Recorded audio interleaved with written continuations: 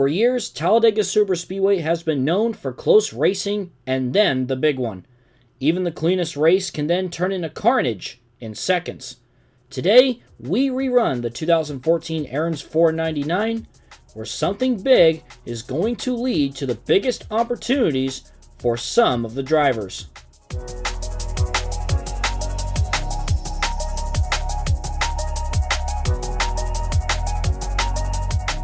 Welcome everyone to another edition of Racing Infinity, where today we are running the 2014 Aaron's 499, and we're going to be in a scenario where we see how different a race could play out and how one little move could affect everything. The scenario is that for the most part, the race has run clean besides a few incidents. The first car out of the race was Tony Stewart when he dropped to the back with a mechanical issue before retiring from the race, resulting him in a 43rd place finish. The race went green for a while, but then on lap 83, Kyle Busch was suffering a vibration, and it got worse quick as it makes him spin and hit the wall coming off turn 4. Busch would then head to the garage, and his day was over. Then on lap 133, another spin as Carl Edwards lost control coming off turn 2, getting into Danica Patrick and smacking the inside wall to bring out the second caution of the race. Talladega has been tamed so far today except for a few unlucky drivers, but with the Gen 6's car's ability to pack race, the intensity is only going to increase as the laps wind down, and the underdogs could make bold moves to go for the win. Things could get wild in a heartbeat. We still have 41 cars on the lead lap, most if not all in contention to win this race. So I'm sure things are about to get wild here at Talladega as AJ Allmendinger and Brian Vickers lead the field back to the green flag with just 26 laps to go. And immediately going 3 wide for the lead going into turn 1 as Michael McDowell has that advantage on the inside line in that number 95 Ford.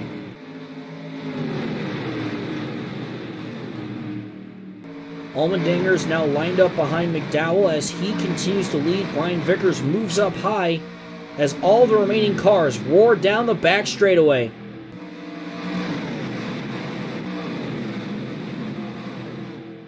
Look at this. It is 3 wide all over the place already, and I'm already concerned that one little slip-up could cause a huge wreck. Matt Kenseth now up front. He's got Joey Logano behind him. Denny Hamlin now with a lot of momentum working his way through the field. He goes up the middle and oh no! Hamlin gets in Logano and the big one has struck. Oh, Greg Biffle flipping constantly on his roof. I don't even know who got through all of that. I really don't. The first car that I saw was Michael Waltrip in the 66. He was the first car to escape that, and it's a little bit of ways for the next car, but I think Justin Allgaier also escaped that wreck. So many cars were in that one, I couldn't even count, honestly. We're going to have to go back and take a look. On board with Denny Hamlin here, trying to get around Logano, trying to give him a push, and oh yeah, he just did not bump him the right way. Bump drafting going absolutely wrong, collecting Matt Kenseth, and it turns into a parking lot. Oh my goodness, wow. And the pace car immediately zooms out of there like he's Sonic the Hedgehog.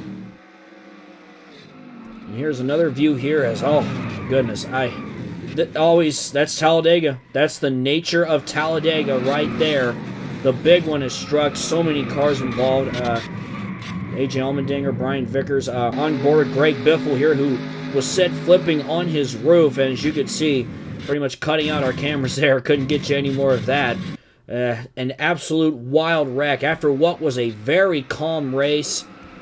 And this will certainly bring out the red flag so that they could clean up this mess. But once again, the big one has struck here at Talladega. Got another on board here with Brian Scott in the 33, and like I said, nowhere to go.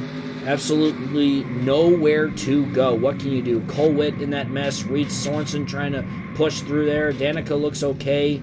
Martin Truex Jr. able to get through that. Josh Wise in the 98. McDowell. So some guys got through with potentially little to no damage. This is the view from behind Michael Waltrip. Look at that. Michael Waltrip's got to be the luckiest man on earth right now, and Justin Allgaier got a little bit of bumping there, but I think he's going to be okay as the caution is out and most likely the red flag. Now we're going to fast forward to after the red flag, and we'll head to the next restart. The red flag has been lifted, and now we're ready to get back to racing. Michael Waltrip is your leader, and he is looking for his first win since the fall race here back in 2003. Kasey Kahne is second, Jeff Gordon is third, Aric Almirola fourth, and Reed Sorenson is fifth. 25 cars are left, and all in contention to win. Some of them have damage from that big one, but it's not too bad for some of them. So the ending of this race will definitely be interesting. 19 laps to go here at Talladega. Who's going to win it? Green flag as Michael Waltrip leads the way.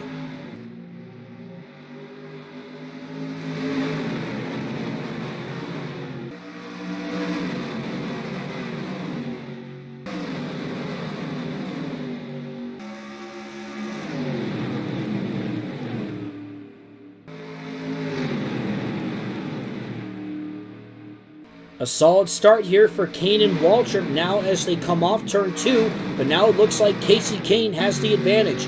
As you see Kasey Kahne make that high line work for the time being. Waltrip gets swamped by Almirola and Gordon as they head into turn 3. Waltrip is getting swallowed up by the field as Reed Sorenson and Dale Jr. are up there now. Kasey Kahne continues to lead the way.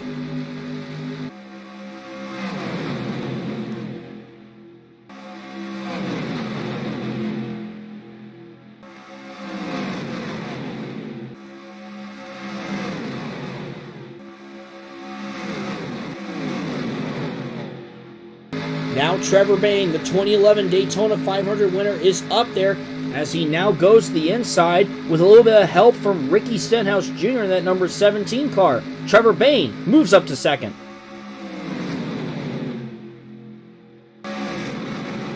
Down the backstretch once again as Ricky Stenhouse Jr. is looking to make some noise, but Michael Annett is charging on that inside line. If we get an upset winner today, they most likely could have a spot in the chase.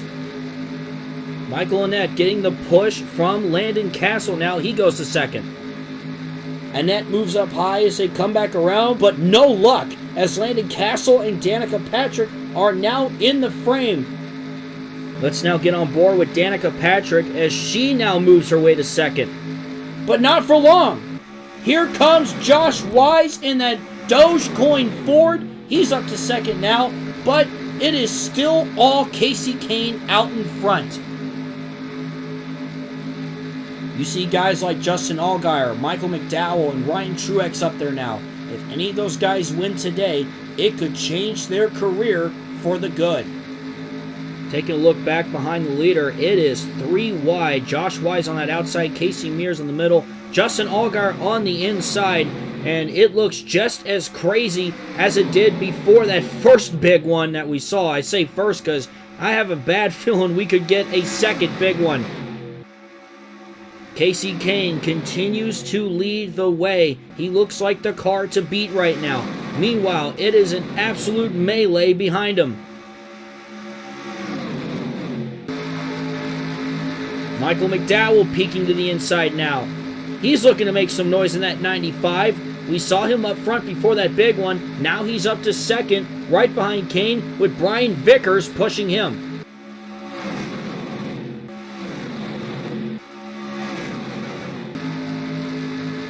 Kasey Kahne trying to hang on. He's got Marcus Ambrose behind him. It's nearly 3 wide for the lead, and here we go. Here comes Brian Vickers. McDowell and now Vickers are there. Vickers makes a charge to the lead, but now he slides up the track, and here comes Dale Earnhardt Jr.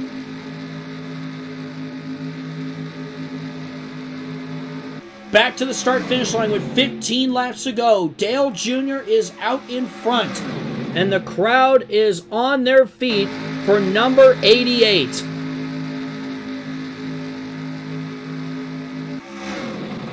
Jr. has Annett behind him as things are getting bunched up behind them. Oh, trouble! Almirola gets in the castle, and this triggers another pileup. Larson's involved. Ambrose, Casey Mears, Ryan Truex. I believe Justin Allgaier's in that. Danica Patrick, too. Kevin Harvick also got collected. Trevor Bayne, Josh Wise also with heavy damage. At this rate, we're not going to have any cars left. But that is the nature of racing here at Talladega. Take a look at the replay now. We got some onboards here. Kevin Harvick, Josh Wise in front of him. And I'm sure there's some people on the internet who would have loved to have seen that Dogecoin win, but unfortunately, he gets caught up in that, as well as that Jimmy John Chevrolet of Kevin Harvick. You see Kyle Larson in that mess too, and as you can see, Eric Almirola was just getting sandwiched and finally just lost it, got into the 40, and that was ball game for some of these guys. Tough break for some of these guys for sure, as once again, the caution is out here at Talladega. Dale Jr. has the lead. Michael Annett is second. Martin Truex Jr. is third. David Gilliland, who, remember, last year he pushed his teammate to the win here, he's in fourth. Kurt Busch rounds out the top five. Lights are off of the pace car as we will have 10 laps remaining to decide the winner here at Talladega for the Aaron's 499. Dale Jr. looks to continue to be perfect on the super speedways this year. Here we go, green flag.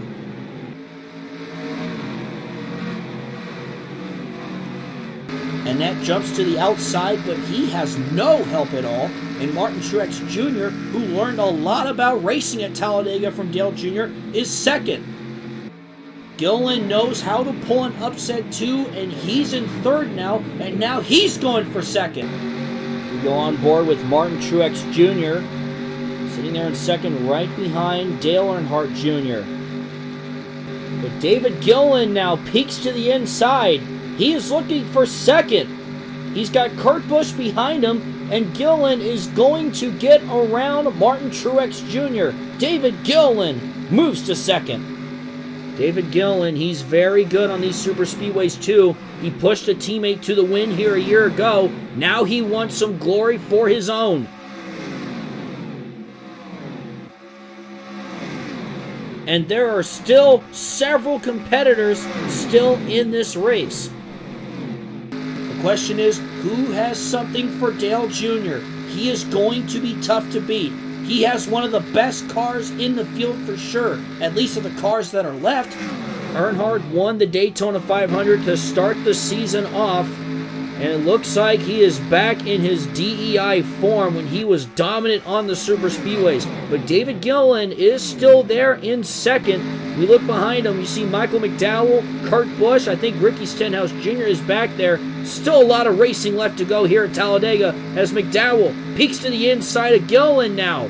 McDowell still in the hunt. How special would it be for Levine Family Racing to get their first ever win as they jump to second with McDowell? Michael Annett now back into the fray. He wants to take third from Gilliland. But meanwhile, number 88 still out in front, Dale Earnhardt Jr. Annett is there. What is he going to do? And Michael Waltrip, Dale Jr.'s old DEI teammate, he's back up near the front too. Just imagine how special it would be if we had a Dale Jr., Michael Waltrip 1-2, just like what we saw a decade ago. 5 laps to go. Earnhardt and one of his old proteges are out in front. Martin Truex Jr. could definitely use a victory here to get his season in the right direction. Truex now looks to the outside, down the backstretch, but he has no help. Reed Sorensen is there to pounce too. Truex, however, gets back in line behind Dale Jr., who is going to make the move. You see this front pack here, it is still anybody's race. Earnhardt, Truex, Sorensen, your top 3, as they're coming now to the start-finish line with 4 laps to go.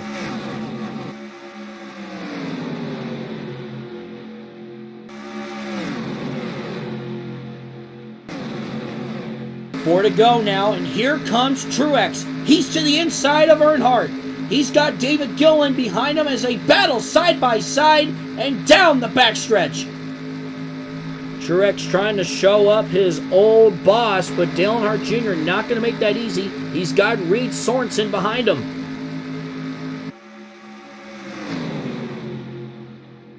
Into turn 3 now, and Truex is going to take the lead away. But don't relax yet, as now David Gilliland is there to pounce on the inside. But he doesn't have the drafting help that Truex does. You see Kurt Busch back there, now Michael Annett's back up there, and that Tommy Baldwin number 7. 3 to go. Truex clears Gilliland, but Dale Jr. is still there. This is going to get interesting.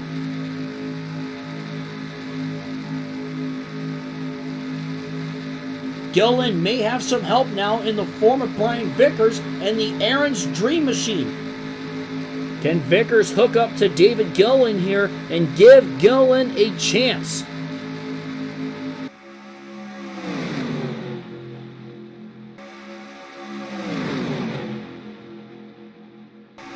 Around turns 3 and 4 now as Dale Jr. is on the outside still. Gilliland is going to go low, but Vickers goes up to the middle. Michael Waltrip in the 66. He may give the push that Gilliland needs.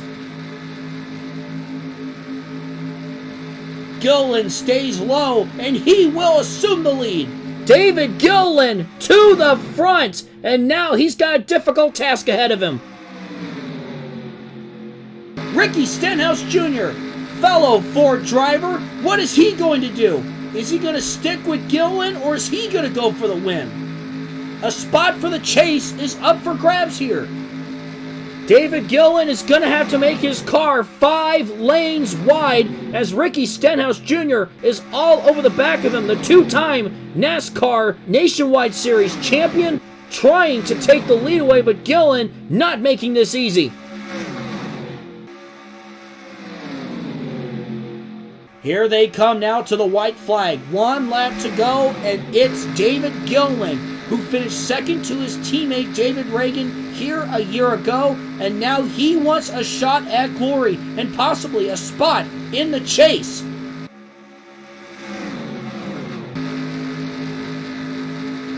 Down the backstretch for the final time, Kurt Busch is there and looking to pounce as he gets to the inside of Stenhouse. But that could ruin any kind of momentum that Stenhouse and Busch could get unless Busch can get the biggest kind of momentum possible. This could be David Gilliland's race. Gilliland holds strong. Michael McDowell is now charging from 4th. Front Row Motorsports is going to win the Aaron's 499 for a 2nd year in a row. David Gilliland is going to win at Talladega. First career Cup Series victory for Gilliland, and it was a wild race to the finish. Bob Jenkins and Front Row Motorsports are going to go chase racing, most likely with that win. And this win will certainly be special for Gilliland and this team. He shocked the racing world at Kentucky Speedway 8 years ago. That put him where he is now, and today he is now a Sprint Cup Series winner. And a reminder, now with that win, and as long as he is in the top 30 in points by the end of the regular season when we go to Richmond, David Gilliland will be in the chase. That'll be a huge deal for this Front Row Motorsports team. Here's a look at the final results now. David Gilliland is your winner. Michael McDowell coming close in 2nd. Kurt Busch is 3rd. Dale Earnhardt Jr., despite all that, finishes 4th. Ricky Stenhouse Jr. was 5th. And another junior, Martin Truex Jr., finishing in 6th. Michael Annett 7th. Reed Sorensen 8th. Good runs for them. Brian Vickers 9th. And Michael Waltrip rounds out the top 10. So we go through the rest of the field now. Terry Labonte in 11th. Danica Patrick was 12th. Casey Kane 13th. Eric Almirola, Justin Allgaier, Jeff Gordon, David Ragan, last year's winner of this race, Landon Castle, Ryan Truex with the top 20. 22 cars managed to finish this race, and you see all those DNFs from those big wrecks.